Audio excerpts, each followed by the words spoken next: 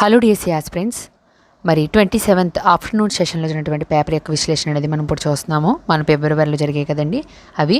ఇప్పటికే మరి 27th morning సెషన్లో జరిగిన తెలుగు, ఇంగ్లీష్, ఈవీఎస్, సైకాలజీకి సంబంధించిన మరి పేపర్ విశ్లేషణ అనేది చేయడం జరిగింది. వీలైతే ఒకసారి ఆ యొక్క వీడియోస్ కూడా చూడండి.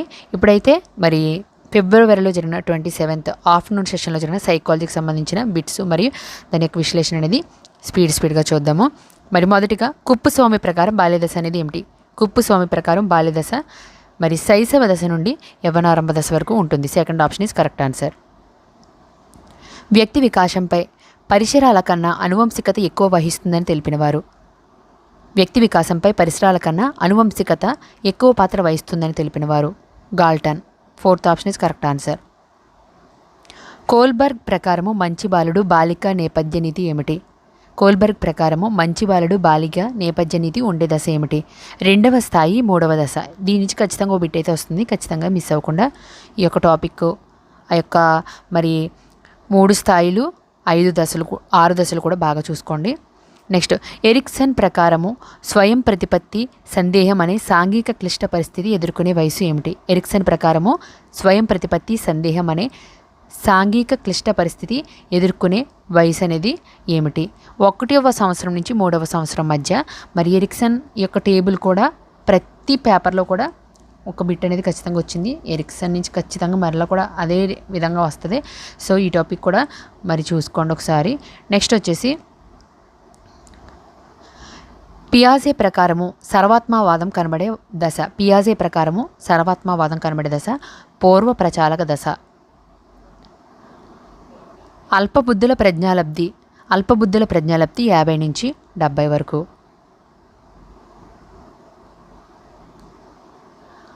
ఆర్ట్ ఆఫ్ థాట్ పుస్తక రచయిత. ఆర్ట్ ఆఫ్ థాట్ పుస్తక రచయిత గ్రహం వాల్లాస్. ఆర్ట్ ఆఫ్ థాట్ పుస్తక రచయిత గ్రహం వాల్లాస్. భాషాగ్రహణ యంత్రం భావనను ప్రవేశపెట్టినవారు. భాషాగ్రహణ యంత్రం భావనను ప్రవేశపెట్టినవారు Chomsky. Equal appearing interval scale దీనిని అంచనా వేస్తుంది. ఈక్వల్ అపేరింగ్ ఇంటర్వెల్ స్కేల్ దీనిని అంచనా వేస్తుంది. వైఖరిని అంచనా వేస్తుంది. ఇడ్ ఈ క్రింది సూత్రం ఆధారంగా పనిచేస్తుంది. ఇడ్ అనేది ఆనంద సూత్రం ఆధారంగా పనిచేస్తుంది. ఇతివృత్త గ్రాహక పరీక్షను రూపొందించినవారు. ఇతివృత్త గ్రాహక పరీక్షను రూపొందించినవారు ముర్రే అండ్ మార్గాన్.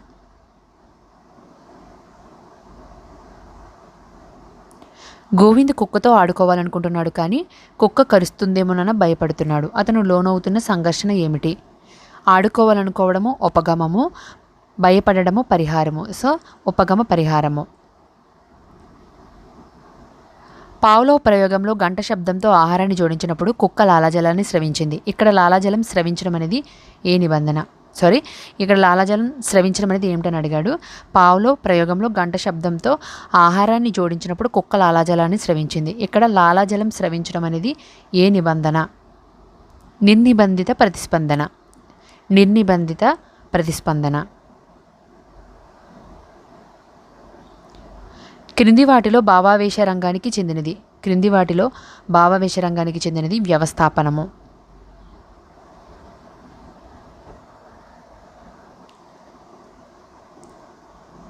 అనుకరణ ద్వారా అభ్యాసనలో మొదటి సోపానము. అనుకరణ ద్వారా అభ్యాసనములో మొదటి సోపానము అవధానము. ఏ అంశం యొక్క మూల సూత్రాలనైనా ఏ వయసు వారికైనా ఏదో ఒక రూపంలో బోధించవచ్చు అని పేర్కొన్నవారు. ఏ అంశం యొక్క మూల సూత్రాలనైనా ఏ వయసు వారికైనా ఏదో ఒక రూపంలో బోధించవచ్చు అని పేర్కొన్నవారు బ్రోనర్. డెజావు అనేది ఏమిటి? డెజావు అనేది ఏమిటి? డెజావు అనేది ఫ్రెంచ్ భాషా పదం. గతంలో నేర్చుకున్న విషయాలు ప్రస్తుతం నేర్చుకున్న విషయాల పునఃస్మరణకు ఆటంకం కలిగించడం వల్ల విస్మృతి సంభవిస్తే దానికి కారణం ఏమిటి? గతంలో నేర్చుకున్న విషయాలు ప్రస్తుతం నేర్చుకున్న విషయాల పునఃస్మరణకు ఆటంకం కలిగించడం వల్ల విస్మృతి సంభవిస్తే దానికి కారణం ఏమిటి? పురోగమన అవరోధము.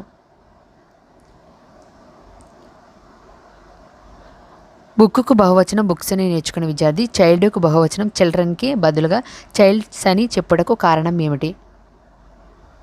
రుణాత్మక బదలాయింపు. క్రింది వాటిలో ప్రత్యక్ష వ్యవస్థాపన నియమం కానిది. ఫలిత నియమము. అభ్యాసన వైకల్యం అనే పదాన్ని మొదటగా ఉపయోగించిన వారు. అభ్యాసన వైకల్యం అనే పదాన్ని మొదటగా ఉపయోగించిన వారు కిర్క్, శామ్యూయల్ కిర్క్. దీనిని సహాయార్థి కేంద్రిత మంత్రాణం అని కూడా పిలుస్తారు. అనిర్దేశిత మంత్రాణమును.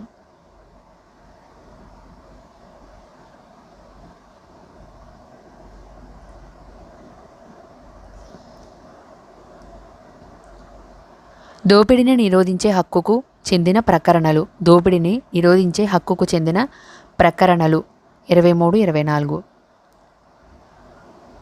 సభ్యుల అభిప్రాయాలకు విలువ గౌరవం ఇచ్చే నాయకత్వము. సభ్యుల అభిప్రాయాలకు విలువ గౌరవం ఇచ్చే నాయకత్వము. సహభాగి నాయకత్వము. క్రింది వాటిలో ఆపరేటింగ్ సిస్టమ్ సాఫ్ట్వేర్ కానిది ఏమిటి? ఆపరేటింగ్ సిస్టమ్ సాఫ్ట్వేర్ కానిది ఏమిటి? MS Excel.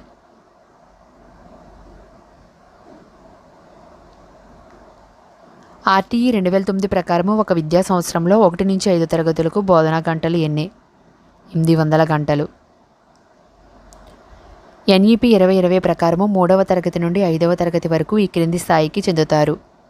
సన్నాహక స్థాయికి చెందుతారు. ఓపెన్ ఎడ్యుకేషన్ రిసోర్స్ గురించి సరైన వాక్యము. ఓపెన్ ఎడ్యుకేషన్ రిసోర్స్ గురించి సరైన వాక్యము ఏమిటి? ఉచితంగా లభిస్తుంది.